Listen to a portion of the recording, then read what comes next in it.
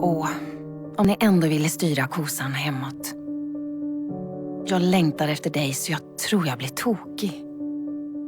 Du är hos mig i mina tankar varje dag. På nätterna drömmer jag ofta om dig. Många gånger har jag drömt att du kommit hem, så jag hoppas det snart slår in.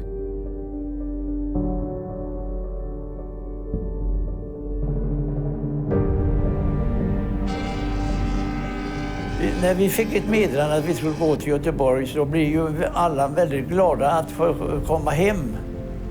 Ja, vi har varit ute i 2,5 år ungefär. Ja, det förändrar mig både till sättet och till tankesättet. Alltså, för det har hänt mycket under de här 2 åren.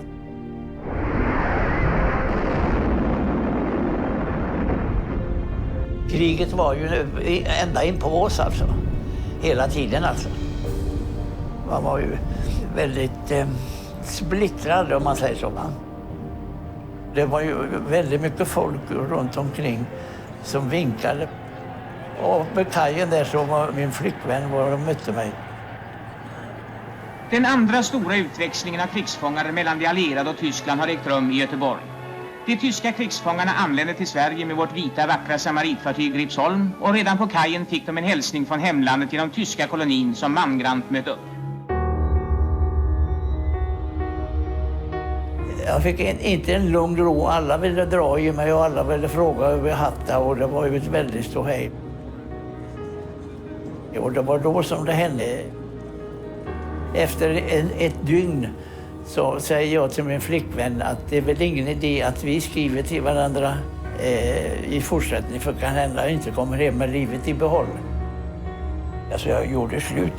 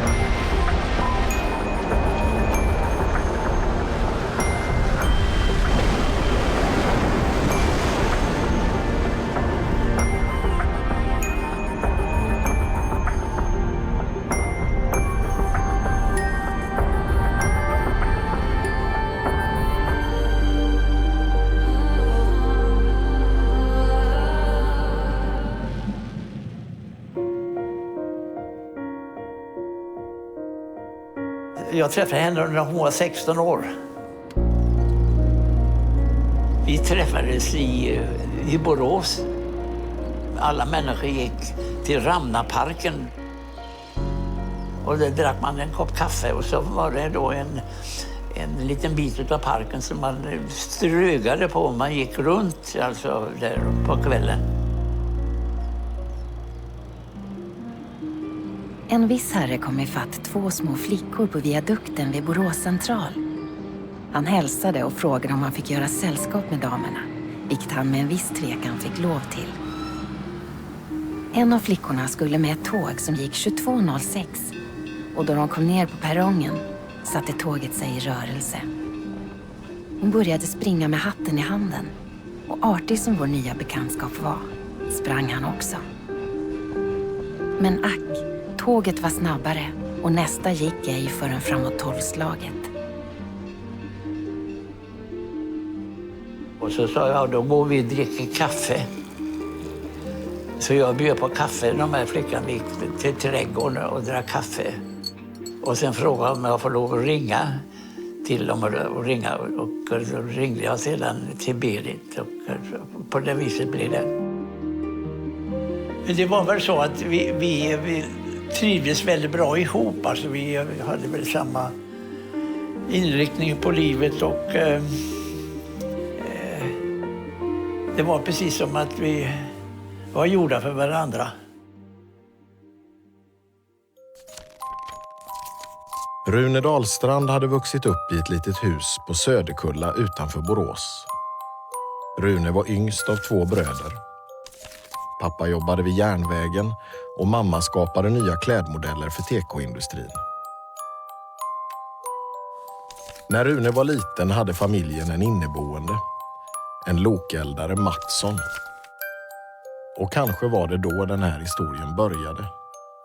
För på kvällarna berättade eldaren historier från sin tid som sjöman. Om de 7 haven och om Amerika.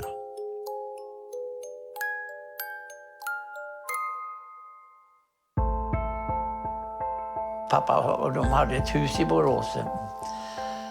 Och där fanns en stor, om det var en björk eller om det kom inte ihåg vad det var för sommar. Där klättrade jag upp i den trädet och där satt jag.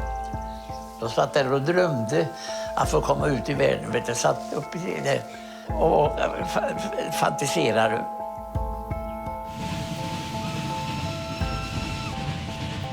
Min pappa jobbade ju på järnvägen så vi kunde få fribiljetter. Så vi kunde åka ner, min bror och jag, när Amerikabåtarna var inne och vi åkte ner och tittade på de här stora båtarna. Vi tyckte att det var ju alldeles fantastiskt. Och där amerikanerna, och fick jag se en amerikaner kunde jag gå efter honom i flera kvarter och tyckte det var fantastiskt. Att han kom ända från Amerika, jag tyckte det var så att jag hade den längtan att få komma ut.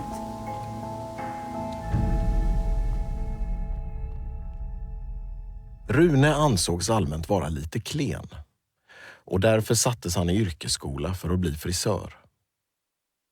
Och en dag träffade han den där lokeldaren Mattsson igen, han som varit inneboende hos familjen när Rune var liten.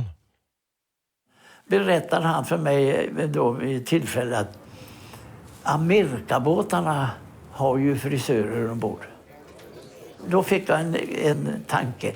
När jag är färdig och får mitt gesällbrev så ska jag söka till Amerikabåtarna.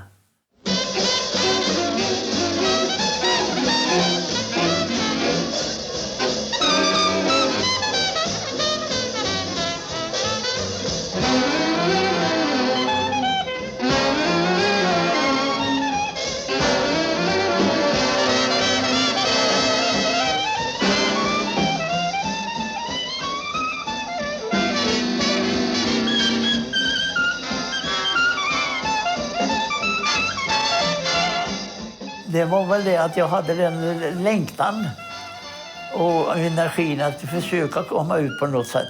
Och fick den här chansen då att börja på Gripshammar. Det var ju som en dröm alltså.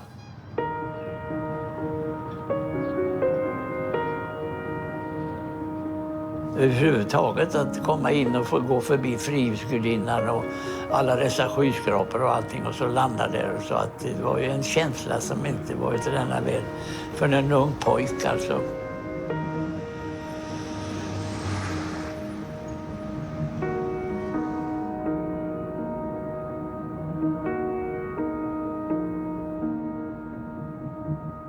Och då fick jag order av min chef då, som var ombord där utav oss att du får inte gå ut ensam i denna stora staden. Jag var ju inte mer än 20 år, vet du. Men hur det var så gick jag ut ensam. Jag gick upp på 57 gatan och ställde mig vid hörnet av 57 gatan och Fifth Avenue. Och där stod där 2 poliser och dirigerade trafiken med 2 stora koltar på vardera sida med på höfterna med revolvrar. Jag tänkte, herregud, är det jag som är i Amerika? Det var ju så främmande överhuvudtaget alltså.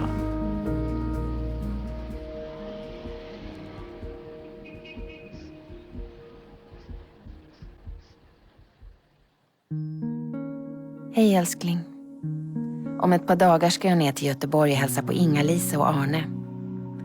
Jag är där nere ganska ofta för det blir så trist att gå här hemma jämt. Det kvittar vad jag gör, så saknar jag dig lika mycket. Jag kan inte ha riktigt roligt om inte du är med, inser jag nu. Jag saknar dig mer och mer för varje dag, älskling.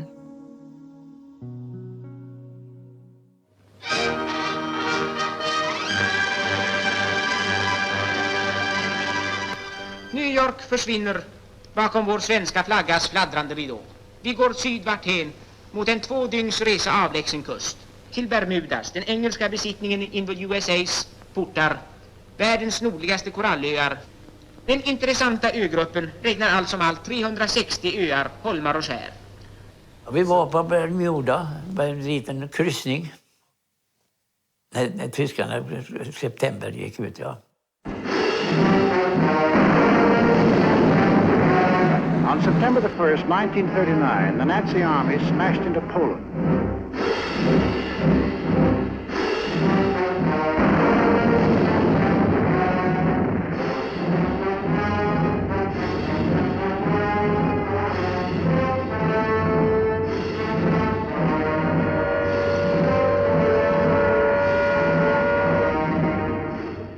Och jag tyckte att det var ju 17 också, att det skulle bli krig på råga på allt också, nu när jag har fått en chans att komma ut i världen. Och så att det var som att dra ner rullgardiner alltså. Och så gjorde vi väl en resa eller 2, tror jag det var, till Göteborg. Och sen blev vi hemkallade från Amerika, det var stopp. Och vi fick mönstra utav. Och jag hamnade ju i mitt förband i armén som alla andra. Min fästman, han var modelejon, dandy charmör. Kan hända för min skull, jag är svag just därför. Men nu är den tiden länge sen förbi. Jag såg på hans fotografi. Hans skor är för stora och hans mössa för trång. Hans byxor för smala och hans rock är för lång. Men det gör detsamma, för han är min soldat. Någonstans i Sverige. Men så 1942 så fick jag ett meddelande genom fältpost att båten skulle ut som utvecklingsfartyg. Och de undrade då om jag ville följa med eftersom jag hade varit med tidigare. Och jag sa jag måste ju iväg i alla fall, och jag var lite osams med våran furir som var vaktchef. Det hade hänt en malör tidigare så att jag bad honom om permission och han sa du får ingen permission, får du vara kvar här. Vad gör jag? Jag måste ju iväg. För jag får inte missa det här. Då åkte jag till kapten Gyllensvärd, vad han heter, kapten. Han var inte hemma. Och där stod jag och tänkte, helvete, jag måste ju ha permission. Och det var då översten kvar, översten Smittelöv. Och jag åkte upp där och han var hemma. Och jag gjorde ställningssteg. 1453 Dalsland anhåller om permission på grund av så och så och så. Och så tittade han på mig överst. Det är klart du ska ha permission, sa han. Och skrev på permissionsedeln. Och så stack jag iväg.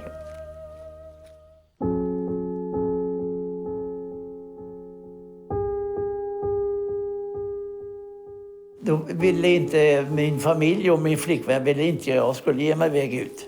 För det är ju fara för livet. Hon var ju inte glad och sa att då var nästan väl ingen idé att vi fortsätter med varandra och så där. Och jag sa, men jag kommer ju snart hem igen. Det var ju bara meningen att vi skulle göra en resa. Men hon ville ju inte att jag skulle ge mig iväg och hon var ju väldigt ledsen att jag gav mig iväg. Då åkte hon med till Göteborg och stod då nere vid kajen och vinkade bland alla de andra som stod och vinkade utav båten. Alltså. Kände jag, har jag gjort rätt? Skulle jag ge mig iväg ut i det här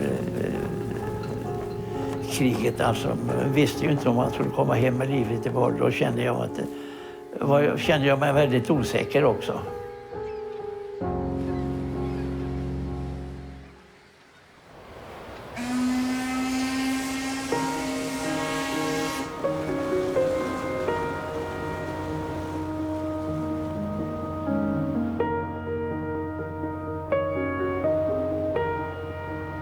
När vi var på väg till Amerika fick vi reda på att vi skulle hämta japaner och utvecklade dem mot amerikaner som har suttit i fängelse i Japan och i Kina och på det sättet.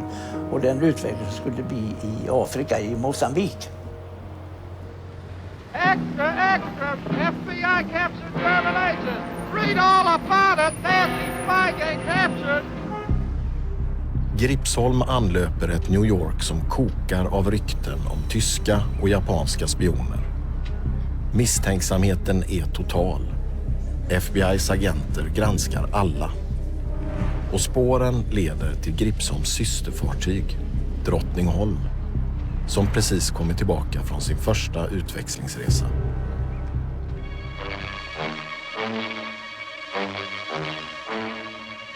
The spy net tightens. Searching this war prisoner exchange ship, the FBI seizes Herbert Karl Bahr, accused as a Nazi spy. Born in Germany, Bahr became an American citizen, then went to Hitler's espionage school. Men när vi kom till New York så blev vi undersökta av Coast Guard och utav FBI.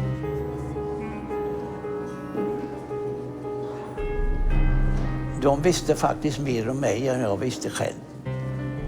De visste till och med att min far har exilerat på Fristahed. Det visste inte jag. De visste mer om mig än jag visste själv alltså.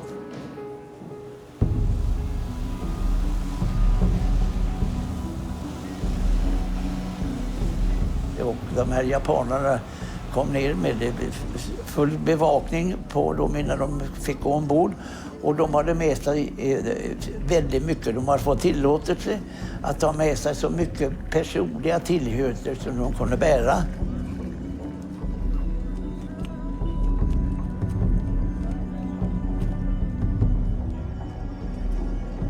Det var bankmän, det var affärsmän och det var diplomater och det var läkare och det var alla de sorter som hade blivit tillfångatagna.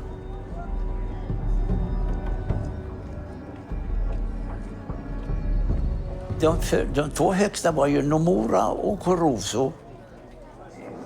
Off to Washington went Special Ambassador Kuroso on what the Japs said was a mission of peace. Kuroso var ju speciellt utsänd av kejsaren i Japan att åka upp till Råsa och säga att vi önskar inte krig med Amerika utan vi önskar fred. 14 år efter bombade vi Pearl Harbor.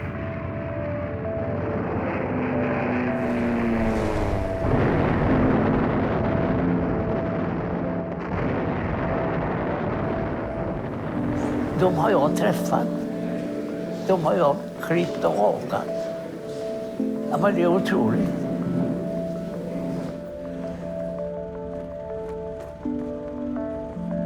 Och många av de här japanerna var gifta med amerikanska flickor. Många av de här amerikanerna, alltså fruar och barn, många av dem var ledsna för de ville ju inte till Japan. Många av dem kunde inte språket överhuvudtaget, men de följde ju med sin familj.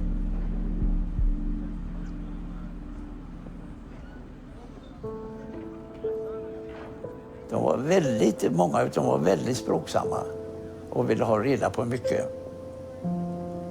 De var artiga och trevliga på alla sätt och vis, men de litade inte riktigt på oss. De hade egna brandvakter och egna vakter vid livbåtarna. Och de hade en väldig disciplin. De hade varje morgon så hade de gymnastik och ordning och reda på dem. Klockan 12 när solen stod som högst på himmelen så var de där och gjorde några ritualer och bugade sig framför solen och kejsaren. Och ombord fanns ju all service. Det fanns ju skräddare, där fanns frisörer, där finns damfrisörskor och läkare och det sjuksystrar och det fanns allt, operationssalar och så vidare. Så att allting fanns ju med service alltså, kan man säga. Sjömarken den 14 oktober 1942. Hej älskling. Har hittills hållit löftet att öka 1 kilo i månaden. Men kommer du inte hem snart så börjar jag magra igen av längtan efter dig. trots allt hoppas jag i det längsta att du ska komma hem till jul. Efter många dygn, alltså nästan 50 dygn hade vi varit ombord på båten, så hamnade vi i Lawrence Marks i Mozambique. Och där skulle den här utvecklingen bli till alltså.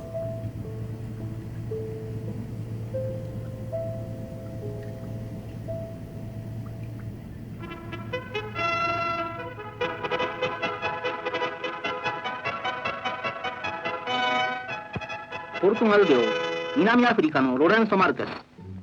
ここに7月22日、グルー駐日アメリカ大使以下1500名を乗せた交換船アサマ丸とポンテベルデ号が入ってきました。すでにアメリカ州からスウェーデン船グリップスホルム号によって引き上げてきた邦人の一行は20日に到着。我が2隻の船の入港を待ちわびていました。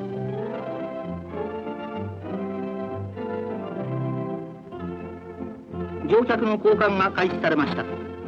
グルー大使以下は海戦におののく故国アメリカへ。これに引き換え邦人の一行は大東亜に共栄圏建設の偉大なる歩みを進める祖国日本への第一歩ではあります。これらの中にあって欧州在勤を命ぜられた森島総領事の一行15名を残して日照期翻るアサマ丸ポンテベルデの両船は7月26日ロレンソ・マルケスを出版。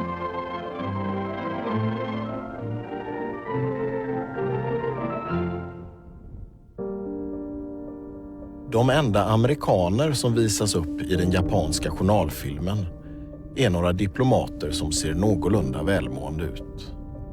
Det som inte skulle visas upp var de fångar som kom ur de japanska koncentrationslägren.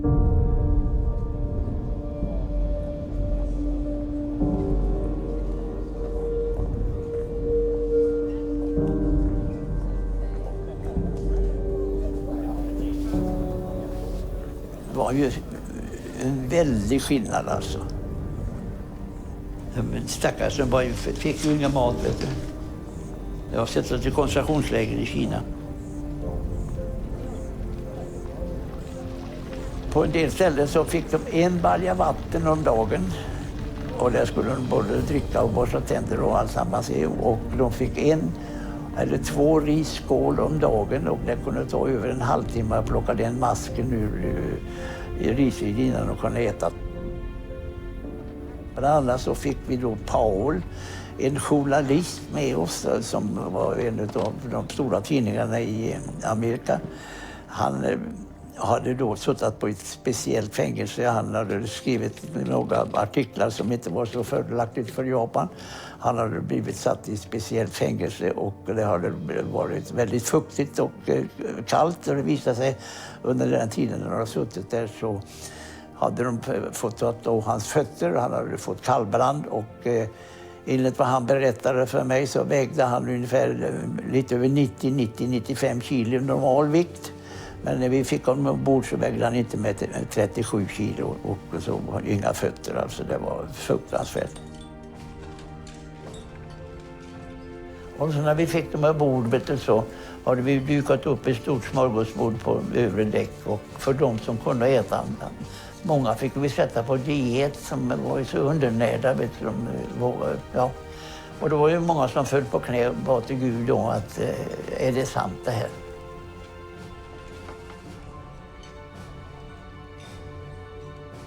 Alltså, det var fantastiska ögonblick.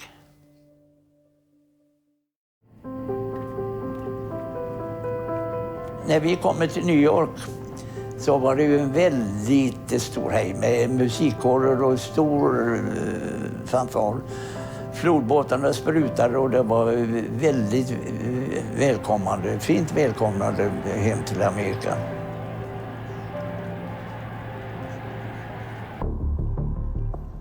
Och då blev vi undersökta igen och frågade vad vi hade gjort kanske i Afrika och lite såna här saker.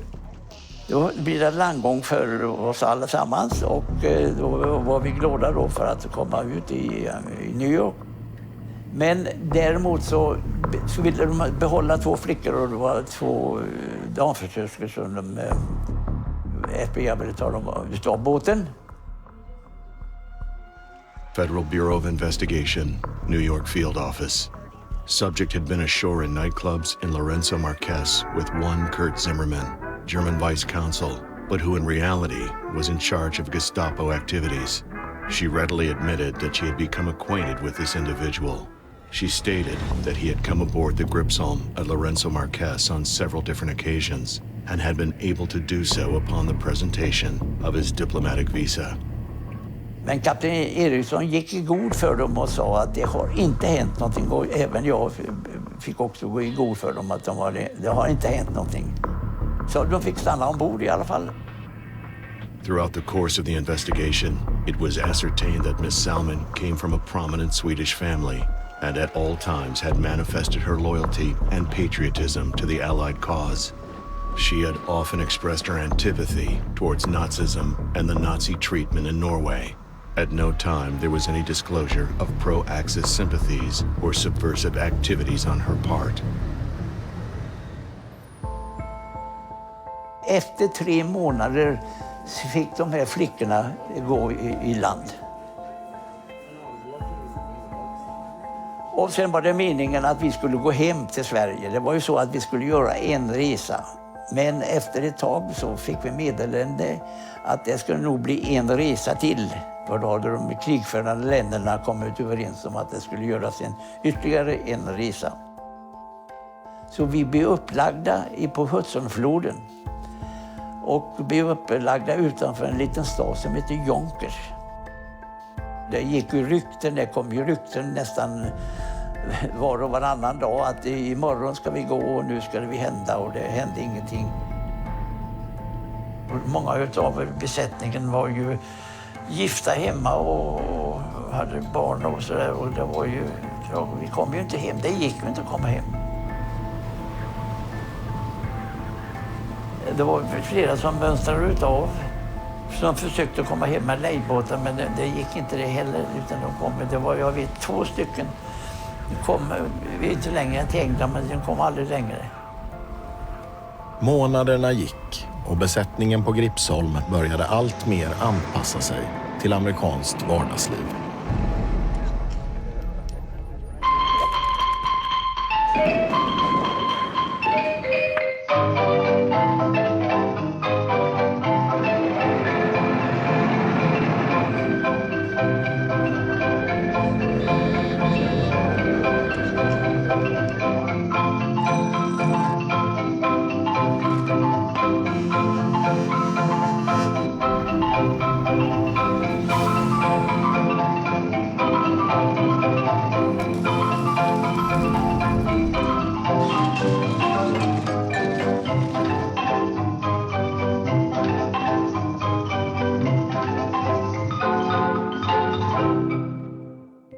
Nyårsdagen 1943.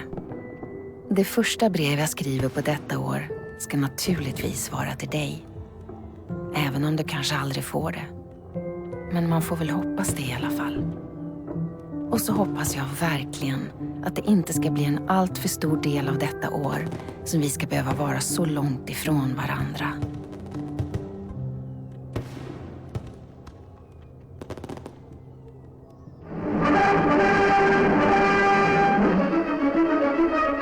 Heroic defense of Stalingrad.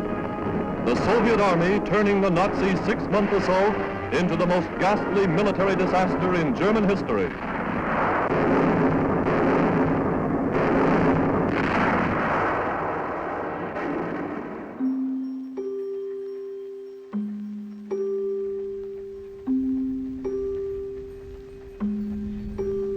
Efter de stora slagen vid Stalingrad och i Nordafrika stod det klart att kriget definitivt hade vänt till de allierades fördel. De stora sammandrabbningarna ledde till allt fler krigsfångar. För Gripsholm innebar det fler resor över de minerade världshaven.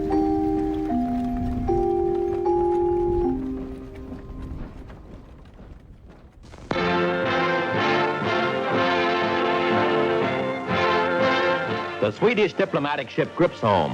She sailed for a neutral Portuguese Asiatic port carrying medicine and food for the 35,000 Americans who remain war prisoners of Japan. She will also bring 1,300 American exchange prisoners home.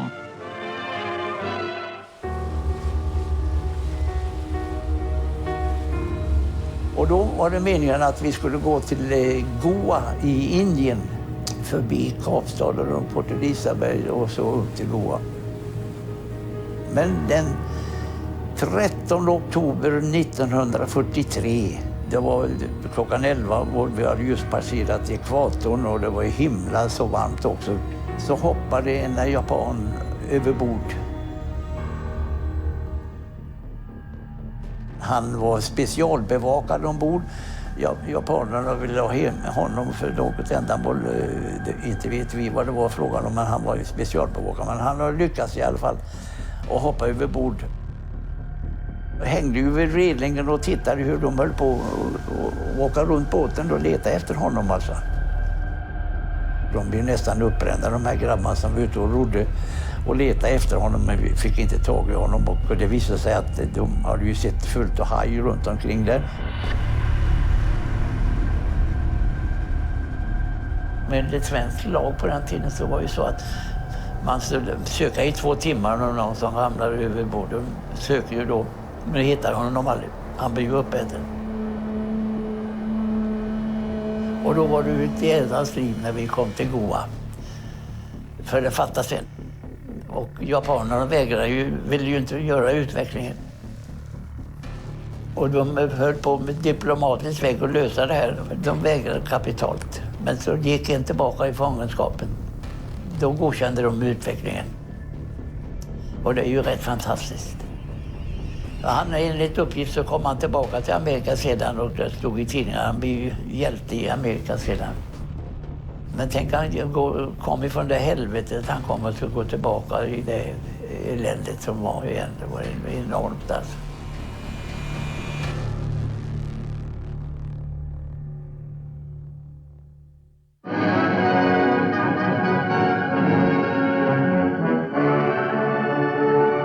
Back from her 4th wartime journey of mercy, the Swedish exchange ship Gripsholm arrives in New York Harbor.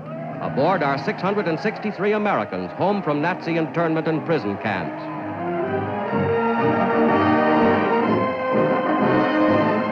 Wounded soldiers, war correspondents, and diplomats are among her passenger list. They bring first-hand news of conditions in Nazi-occupied countries. Ralph Heinzen was Paris correspondent for an American news service. We're very glad to get home. We've been 13 months interned in Germany, and 13 bad months for the Germans as well as for ourselves, because in those 13 months, Germany has lost the war. They know they're whipped, but they're wondering how they're going to get out of it.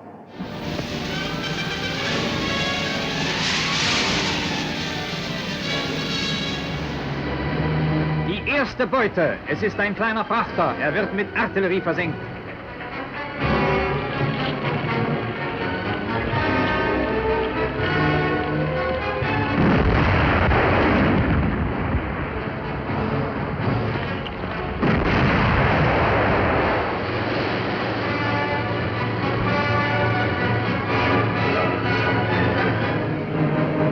Seemannspech, es ist ein Neutraler, ein Schwede. Durch das Vergrößerungsobjektiv erkennt man genau die Neutralitätsabzeichen.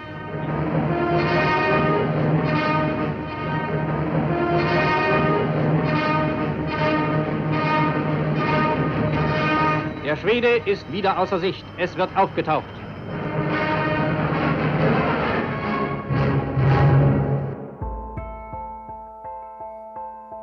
Kriget var ju ända in på oss alltså. Hela tiden alltså. Vi var på väg till Rio och vi hade varit några dygn ute till havs. Och så fick vi reda på att en båt brinner för över.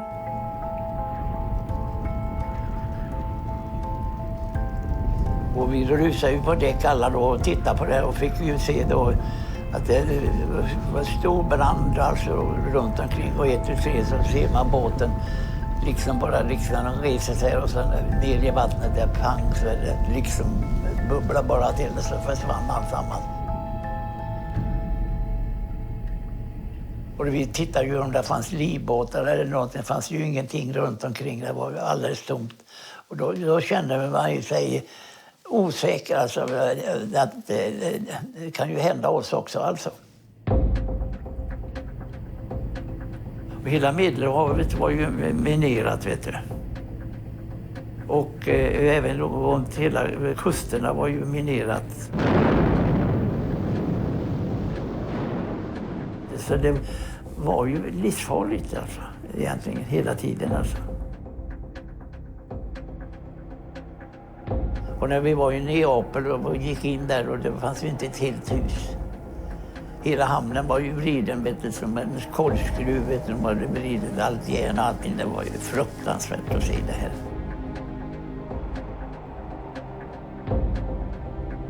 Man fick ju en annan känsla av livet alltså.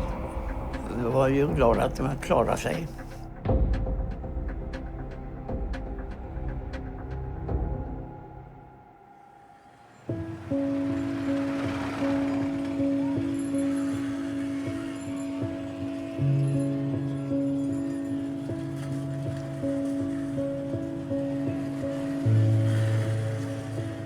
Och så alla dessa sjuka och svårare människor och sånt. Det påverkade besättningen. Många blev sjuka också. Men mig påverkade inte så mycket. Jag var det att jag var ung och jag kanske hade ett annat psyke, jag vet inte.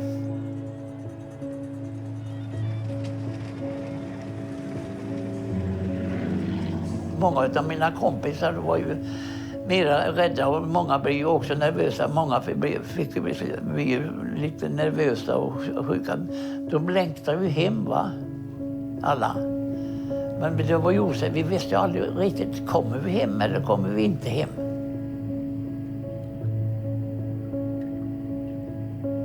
Ett par stycken hängde sig i sina hytter, vet du. Det var tragiskt.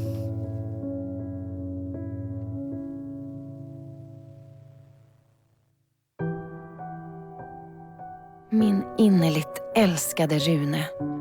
Det är den 29 maj klockan 22.00 och det är precis på minuten 6 år sedan jag gick från Ramnaparken tillsammans med en kamrat då en yngling kommer ikapp oss och hälsar.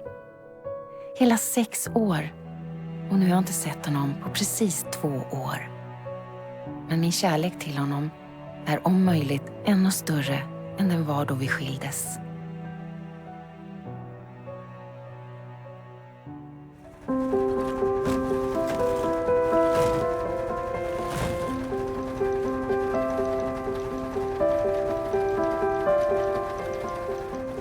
Och alla de här breven vi fick under alla åren, det var ju uppenbar känsla. De läste både japaner och tyskar och engelsmän alltså. Och breven kunde ju ta ända upp till 3 månader innan vi fick dem. Många gånger var bara jag som fick post. Och ibland när det kunde komma 7-8 brev, det var en bunt. Och då hade man ju mycket att läsa.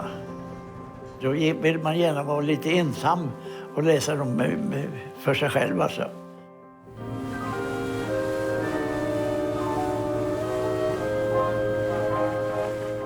Jag hade en resegrammofon. Och där kunde jag lägga på däck, spela lite skivor och läsa brev. Det var ju det enda man hade egentligen att roa sig med.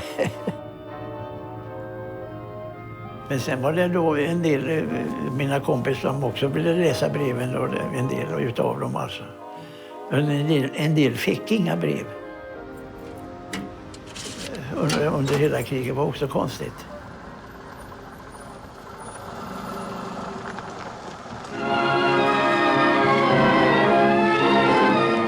When the Arundel Castle, followed by the Swedish liners Gripsholm and Drottningholm, reached Liverpool, they brought several thousand repatriated prisoners, British, Empire and Allied servicemen and civilians. Liverpool spoke for all of us through the terrific welcome it gave them.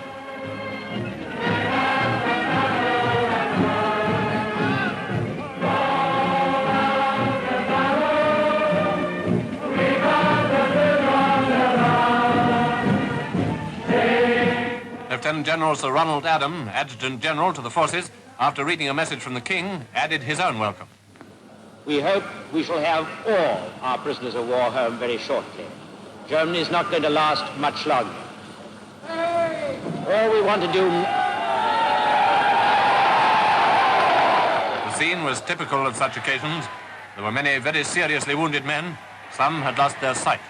And all the repatriates, servicemen or civilians, men or women, had been held captive for long periods varying from 2 to over 4 years. Just imagine what it means to all of them to be in Britain. True, many of them still have to complete their journeys home, but at last they're free again.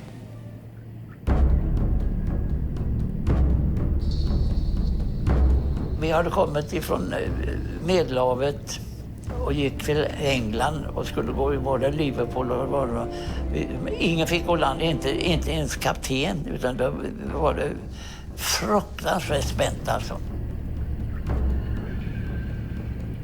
Fast vi vågade inte tala om för passagerarna, men vi fick order att se till att allting ligger klart, färdigt, om det ska hända något. Kapten och en del av officerarna sa att nu får vi hålla livbältena på oss hela natten. Men vi visste ju ingenting. Men vi bara anade.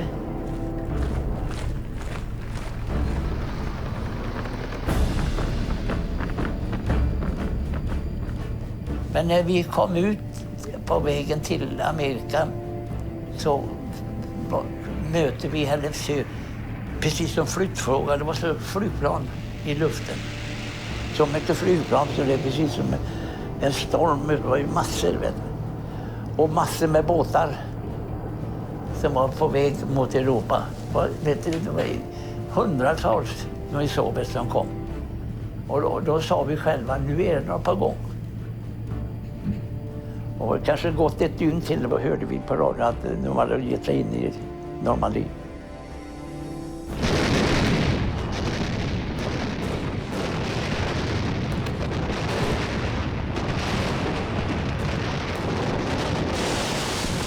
Der Tag hat begonnen. Im Morgengrauen tauchen aus der Kim in der Seenebucht die Massen der angloamerikanischen Invasionsflotte auf. Mit einer Fernkamera hat der Kriegsberichter unmittelbar vor Einsetzen des gegenseitigen Artilleriebeschusses diese Aufnahmen gemacht. Kleinere Landungsfahrzeuge übernehmen von den Transportern Truppen und Material. Abwehr aus allen Rohren.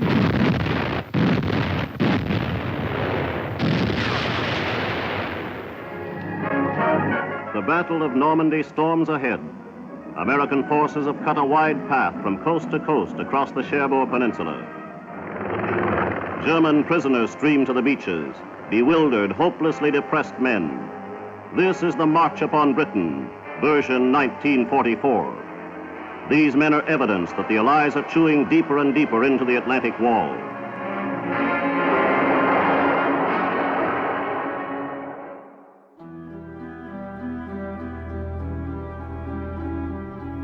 När Gripsholm stävade in i Göteborgs hamn stod Berit och väntade på kajen. De hade inte setts på över 2 år och ingen visste när de skulle ses nästa gång. Den andra stora utväxlingen av krigsfångar mellan de allierade och Tyskland har ägt rum i Göteborg. De tyska krigsfångarna anlände till Sverige med vårt vita vackra samaritfartyg Gripsholm. Så det var ju en väldigt stor sensation då att vi gick hem 44. Jag blev väl inte med lik heller då, de där stackars dagarna jag var i Göteborg. I den brokiga skaran av krigströtta soldater lade man märke till många sandgula uniformer. Spillror av Rommels en gång så stolta ökenarmé. Det var då jag gjorde slut med min flickvän här. Jag fick en känsla att jag skulle inte att lova för mycket och inte kunde hålla. Och då liksom kom de här orden att det var ingen idé att vi skriver till varandra längre för jag kanske inte kommer hem med livet i håll. För det var ju riskfullt att vara ute på havet alltså. Och hon kunde inte förstå att vi skulle bryta förbindelsen. Det kan inte vara slut på så alltså. Så blev det tid för embarkering och i täta skaror vandrade man eller bars man upp för landgången och över tröskeln till sitt eget land och friheten. Utväxlingen varade i 3 dagar och allt som allt var det över 5 000 krigsfångar som utväxlades. Så när jag var på väg ut i Nordsjön så hade jag lugnat ner mig efter allt det ståhejet som hade varit hemma i Göteborg. Så ångrar jag mig så väldigt mycket att jag bar mig så illa åt hemma mot min flickvän. Så jag tänkte att jag ska försöka få iväg ett telegram, men det gick ju inte att få iväg några telegram. Det var ju svårt överhuvudtaget att skicka telegram. Men jag fick tag i en engelsman som vi var på väg till Belfast på Irland, där vi skulle lämna ut av alla engelska soldater. Och jag fick tag i en kille och frågade honom om han vill skicka ett telegram för mig, om han kan, och då fick han några pund utav mig. Och tänkte jag får väl ett svar. När jag kommer tillbaka till Amerika så kanske jag har något telegram. American prisoners of war repatriated from Germany. MS Gripsholm, voyage number 5. Sailed from Gothenburg, September 10th, 1944. Edward Abdallah, amputation, left leg. William Adams, loss of ankle. Elmer Alifano, amputation above right knee. Gilbert Blackwell. Många var ju väldigt dåliga i kondition. Många var utan armar, utan ben. Många var blinda och var väldigt många sjuka. Men de var väldigt alltid, de här jänkarna som jag sa, var alltid vid gott humör. John Booz, crushed spine, paralysis stomach and legs. William Barden, amputation both legs. Meyer Regab, blindness both eyes. När de gick på däck och kom med sina kryckor och skulle gå ner för en lejdare så kastade de kryckorna framför sig och sen kanar de och lejdarna ner sig så här på händerna. Så att det var, men jag tänkte många gånger det ser bra ut nu och hur blir det när de kommer hem och kommer i lugn och ro, då kommer eländet. Och sen har jag tänkt många gånger efteråt att amerikanerna, och de var ju väldigt glada när de har kommit ut i tyngd. Det var ju väldigt mycket ståhej och glatt och glada efter all mat och sånt de har fått. Men sen efter ett tag så blev de sordin, den blev tystare och tystare. Det liksom försvann det här glada. Och då visade sig att de började bli oroliga. Bara inte händer båten, nu har vi blivit rädda och var på väg, bara inte händer båten. Och då var de rädda för att vi skulle bli torpederade eller gå på någon mina.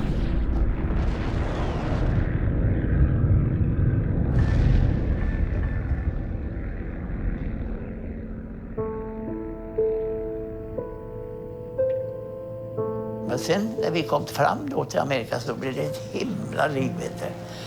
Man trodde inte det var sant. De ropade och skrek, vet du, och hurra och det var fantastiskt, vet du. Och sen tyskarna, när vi hade alla dem ombord, de var inte glada att åka hem. För de som var något sån där friska, de kom ju kriget igen, vet du. Så man såg skillnaden där, vet du. Så jag har tänkt mycket på det efteråt. Alltså. Om vi hade 1200 tyskar ombord så var nästan hälften sjuka, psykiskt sjuka. Och det var väldigt fruktansvärt att åka. På nätterna så började de att yla. Och det var väldigt hemskt alltså. De var nervösa och det var en irritation som inte var bra. Många gånger var nästan orolig att de skulle gå på oss också, vet du. Det var inte alls behagligt.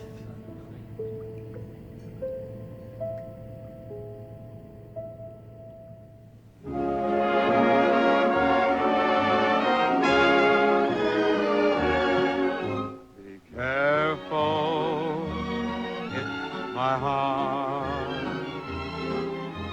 It's not my watch you're holding, it's my heart. Confidential, informal memorandum from the Gripsholm. The Swiss delegate on board, Mr. de Berg, came to me one afternoon with a troubled look, proclaimed that the official German delegation aboard intended to file a protest with me, maintaining that we were showing an American propaganda film in our movie theater aboard. The film in question was Holiday Inn. The Nazis had walked out of the theater in disgust and had registered a complaint to the German officials aboard, stating that the American government had deliberately shown this film with a view to propagandizing American life. I told him that the film had been displayed to the Japanese many times during their trip, and they had seemed to enjoy it. I then asked Mr. de Berg to accompany me to the lounge, where the film was being displayed. To his amazement, there was not an empty seat in the house. It seems that 20 or 30 Nazis had walked out of the entrance on the starboard side, had completed their tour around the port side, and had again taken up their seats in the theater. Nothing more was said about propaganda aboard during the entire voyage. Frederick B. Lyon, U.S. Department of State. Det är klart att det var ju, gick de ära för ner och visa en sån film, vet du, men det var ju ingen propaganda för Amerika, utan det var ju en väldigt trevlig film. Du kommer ihåg den filmen? Ja, jag kommer ihåg den. Det är jättefilm. Rolig också.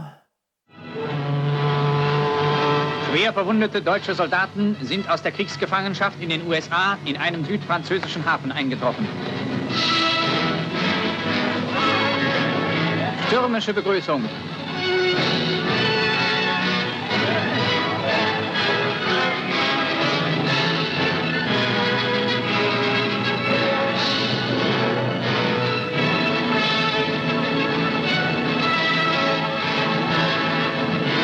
Die alten Afrikakämpfer.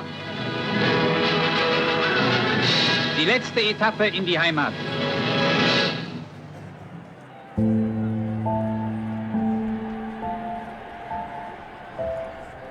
Och sen man pratade med dem, de trodde aldrig på oss. De trodde ju bara det att vi ljuger vad vi än sa, vet du.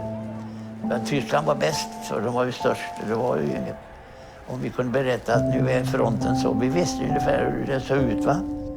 Men vi bara ljuger, sa de, vet du.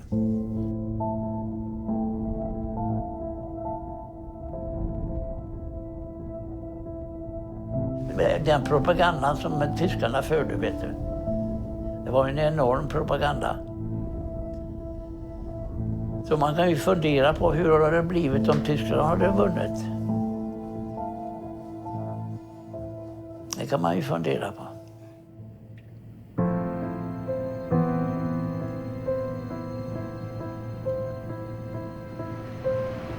Jag har väl en tanke att kanske stanna i Amerika eller så efter det här. Men hur det var så var ju känslan tillbaka till min flickvän var ju väldigt hårt. Alltså, så att, jag tänkte att jag skulle åtminstone få iväg, så att när vi kom till New York så trodde jag ju att jag hade något svar. Men det hade jag ju inte. Utan jag skickade ett nytt telegram.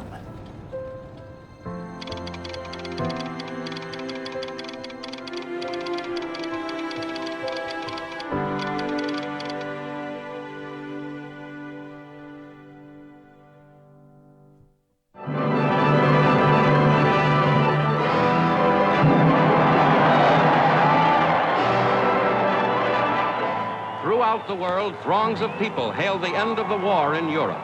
It is 5 years and more since Hitler marched into Poland. Years full of suffering and death and sacrifice. Now the war against Germany is won. När freden kom, då var jag i New York. Vi hade just anlänt. Jag var på Times Square. Och det var så mycket folk och det var sånt livet utan dess like, vet du. Jag klättrade upp och ställde mig på en lyktstolpe. Alltså det fanns ju sådana här små som man kunde stå på. Och tittade ut över Times Square, vet du, alla den där fantastiska människor som var. Ja, det var ett himla liv, vet du. De slängde ut alla papperskorgar och allt genom fönster, vet du, och ropade och skrek och gapade och hurrade och sjöng. Och jag tänkte, är det äntligen slut att vi får komma hem? Och när kommer vi hem? Så började man tänka.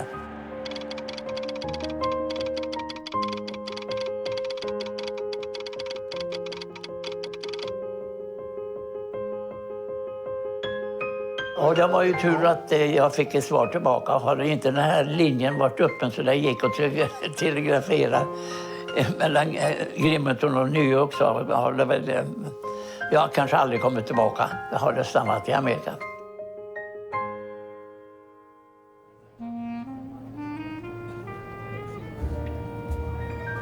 Hon mötte mig nere vid, stod och vinkade och mötte mig vid kajen. Och den känslan som jag hade när jag tog emot Berit och vi träffades och var tillsammans då, de första dygnen här i Göteborg, det var inte klokt alltså. Vi förlovade oss direkt första natten, eller första kvällen här. Det var liksom bara att vi hördes ihop alltså. Det var bara så, hon och jag. Sen gifte vi oss. Och 2 dagar efteråt så åkte vi till Amerika. Det slutade lyckligt. Allting. Vi fick varandra. Sen fick jag ju 2 flickor. Och de är gifta och de har fått 3 barn var, 6 barnbarn. Och nu är det 4 barnbarnsbarn. Det är ett fantastiskt liv jag har haft alltså. Tyvärr gick hon bort 18 år sedan nu, tyvärr. Att vi blir så pass lyckliga tillsammans var väl också att all den långa väntan med alla de besvärligheterna, man visste ju inte hur det skulle gå.